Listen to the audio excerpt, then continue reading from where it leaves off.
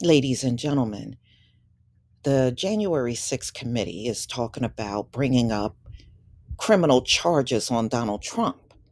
Now, the insurrection happened January 6, 2021.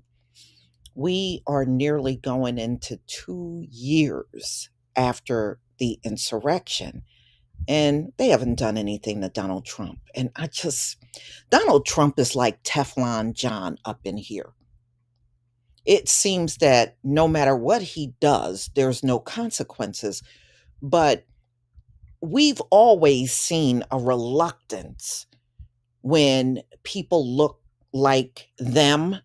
They are very reluctant to do anything, or they let everything drag out to the point where it's unbearable before they dive in there and do something. They do stuff like this on jobs. How many times have we seen one of them that really should be fired because they're just not doing a good job or they're unruly on the job, and they let the stuff go on sometimes for years?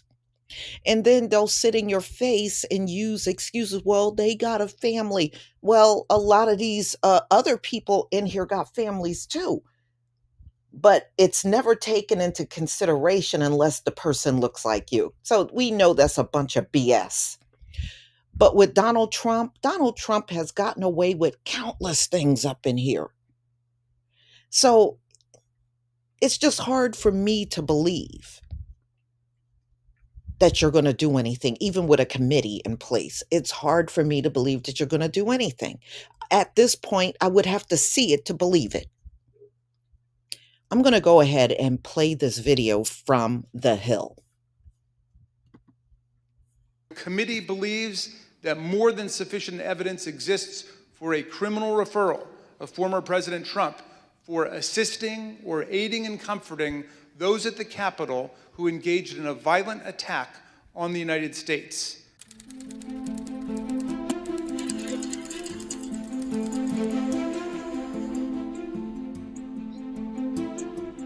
The committee has developed significant evidence that President Trump intended to disrupt the peaceful transition of power under our Constitution.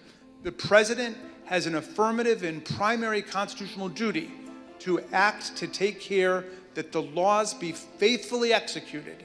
Nothing could be a greater betrayal of this duty than to assist in insurrection against the constitutional order.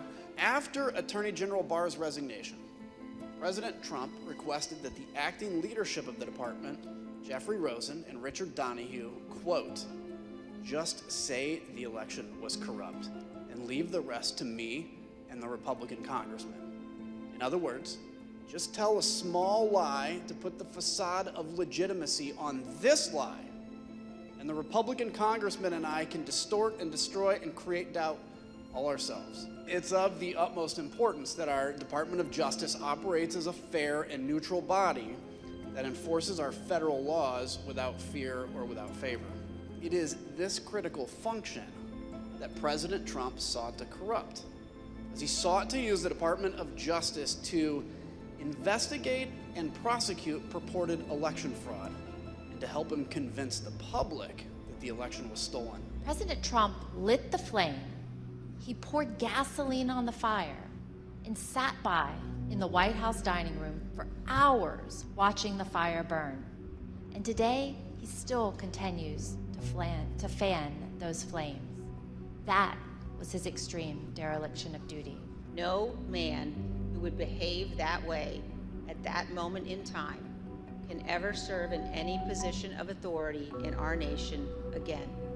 He is unfit for any office. This committee is nearing the end of its work, but as the country, we remain in strange and uncharted waters. We've never had a president of the United States stir up a violent attempt to block the transfer of power. I believe nearly 2 years later, this is still a time of reflection and reckoning. If we are to survive as a nation of laws and democracy, this can never happen again. Okay, you heard the video on Donald Trump and them talking about criminal charges being brought up, and they're claiming that Republicans are not going to stand by him, in the Senate. And, you know, we shall see. It's awfully funny how they're going to bring up these criminal charges, but you let Donald Trump become a candidate for 2024 to run again. You didn't stop him. And you've been fumbling around with his taxes all this time, and that has gone nowhere. I'm just saying that Donald Trump is probably the most elusive politician in America today. So this panel is saying this is their recommendation. So they want to cite a criminal referral against Donald Trump for the insurrection. So the referral does not require the Department of Justice to bring criminal charges against the former president, but they put more pressure on federal prosecutors to act. Now, do you really think federal prosecutors are going to act? And the fact that you're not getting the Justice Department involved, how far do you really think this is going? I'm just saying, y'all. I'm just saying.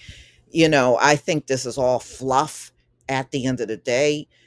And anytime you see them give these remedial sentences to a bunch of people that tried to overthrow the government, sedition, okay, they straight out went up to the Capitol, vandalized the Capitol, stole out of the Capitol. They peed all over the place and left excrement everywhere, their poop.